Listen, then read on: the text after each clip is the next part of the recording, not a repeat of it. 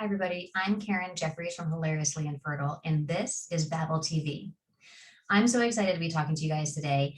So one of the topics I've spoken about so far is trying to conceive on your own. Another one is the fertility clinic waiting room. Today, I'm going to be talking about morning monitoring. I don't know about you, but I remember very, very vividly being told that I was going to have to come to the fertility clinic before work.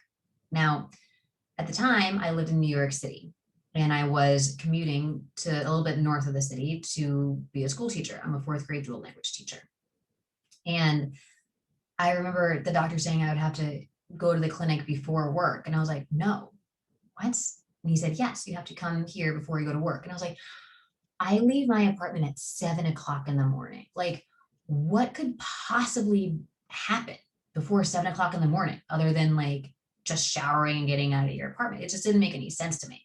And he said, no, you need to come here before work, which stressed me out. Being a school teacher, you have to be at your classroom on time every single day. There's no like, oh, sorry, boss, I'm a few minutes late. That just doesn't happen. It's really not allowed almost. So I would wake up super early to leave my house, like leave my apartment at like 6:30, 6:40 in the morning so I could drive to the fertility clinic. My husband would wait in the car and then he would wait there so I didn't have to park or pay for parking. And then I would go in for morning monitoring. Super stressful. For my second round of fertility treatments, we had moved up here to where I live now in the suburbs of New York City. So I was doing the same thing, but reverse. I was waking up at 4:45 in the morning, leaving my house at 5:45, driving down to the city, being there by 6:40, 6:45, parking my car in a parking garage, going in for morning monitoring so I could be the first person in line in like the elevator vestibule. So I'm the first person for blood and ultrasound so that then I can leave the clinic hopefully at the latest by 7:20 so I could drive back up to where I teach and still be there by the 8:24 morning bell.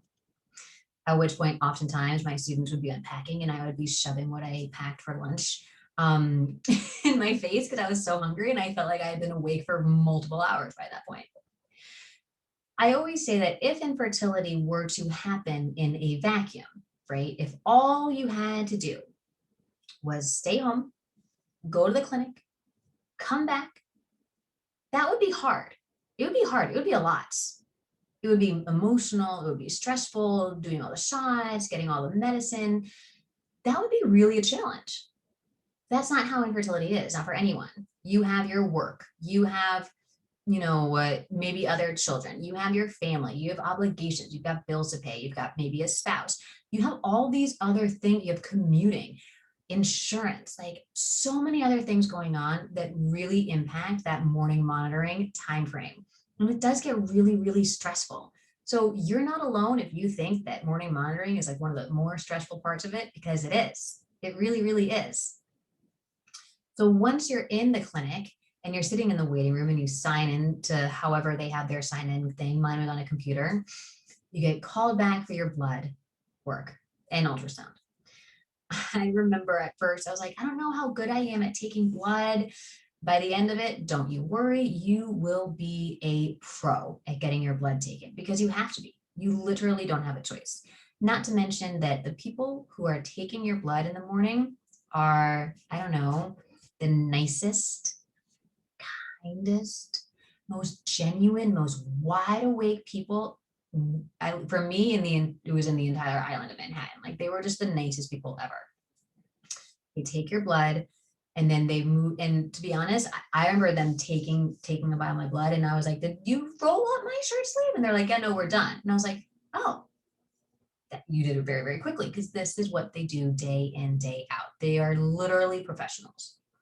Then you go into your morning monitoring exam room. This is where you get undressed from the waist down. Here's a tip. Don't wear a romper or a jumpsuit or any sort of onesie type fashionable outfit, because if you do, then you're just butt naked. Just butt naked. So you undress from the waist down. I remember they always give you that blue cloth to put on you, which I always was so curious, like, why do we have that? why do we have the blue cloth? You're still going all up in there. Why are we trying to separate it? I don't know. I never really understood that. So then a doctor will come in, maybe a doctor, maybe a med student will come in, and they will use the ultrasound wand, which we like to call Wanda, and they'll lube it up and they'll shove it inside of you, so far inside of you that you could actually think that they could probably spin you around the room. It really is a fun time. And they will measure your uterine lining.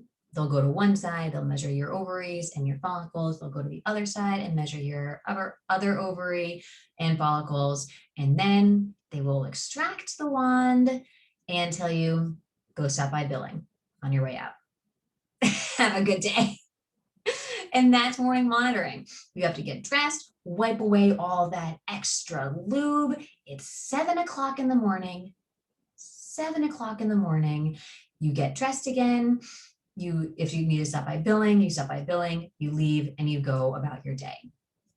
That is morning monitoring. And for some people, I know, like for me, that was one of the most stressful parts about going through infertility, because having to do that and still get to work on time and still have traffic, all this stuff. I remember one time I left at super, super early and the entire highway was backed up. So I had to get off and go on the back road, and I was driving like a mad woman. It was as though I was in like a Jason Bourne movie. And that just set me for the whole day. For the whole day, I was still like, ooh. So I get it. So if you're going through morning monitoring and you feel like all these feelings are weird or different, or something that you feel like you're alone, or why are you feeling all these crazy feelings, you're not alone. That's morning monitoring. I remember one time someone cut in front of me during morning monitoring and I almost lost my mind.